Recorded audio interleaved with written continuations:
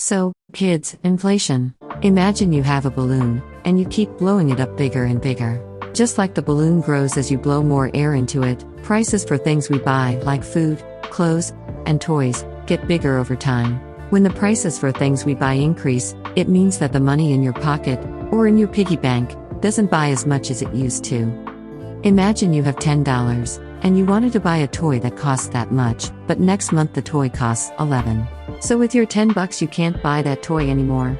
Your money doesn't stretch as far as it used to. It's important to note that moderate inflation is considered normal, and even healthy for the economy, but if inflation gets too high, it can be bad for the economy, and make it harder for people to afford things they need. When the prices for things we buy, like lollipops, go up too much and too fast, it's called high inflation. If a balloon gets too big, it can pop. High inflation can be bad for the economy and make it harder for people to buy the things they need.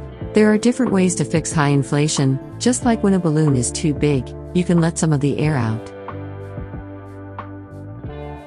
And when you have a kite and you need to pull the string to control it, the people in charge of the money, called the central bank, can change the rules for borrowing money to make it harder for people and companies to borrow and spend. The government can also spend less money or ask people to pay more taxes to have less money in the economy and reduce inflation.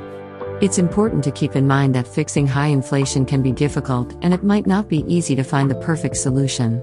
Just like when you're playing a game and you need to try different strategies to win, fixing high inflation requires trying different things to see what works best. When the prices for things we buy, like toys, don't go up as much as they should or even go down, it's called low inflation. Just like when a balloon doesn't have enough air, it can't fly. Low inflation can be bad for the economy and make it harder for people to buy the things they need.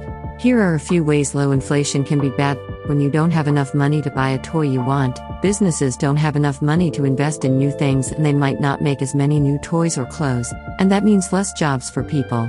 When things don't get more expensive, people might think they will be cheaper next month, so they might wait to buy them, and that means less money for the people who make the things we buy.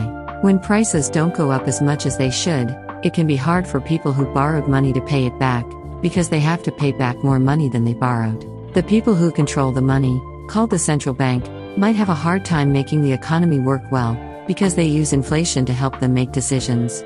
It's important to keep in mind that low inflation is not always a bad thing, but when it's too low, it can cause problems for the economy. The government and the central bank have tools to fix low inflation, but it's important to use them in a balanced way that also takes into account other factors like jobs and economic growth. Before we go to the bottom line, please like this video and subscribe to the channel if you would like to see more about economy in simple words, or if you just like this explainer. Thank you!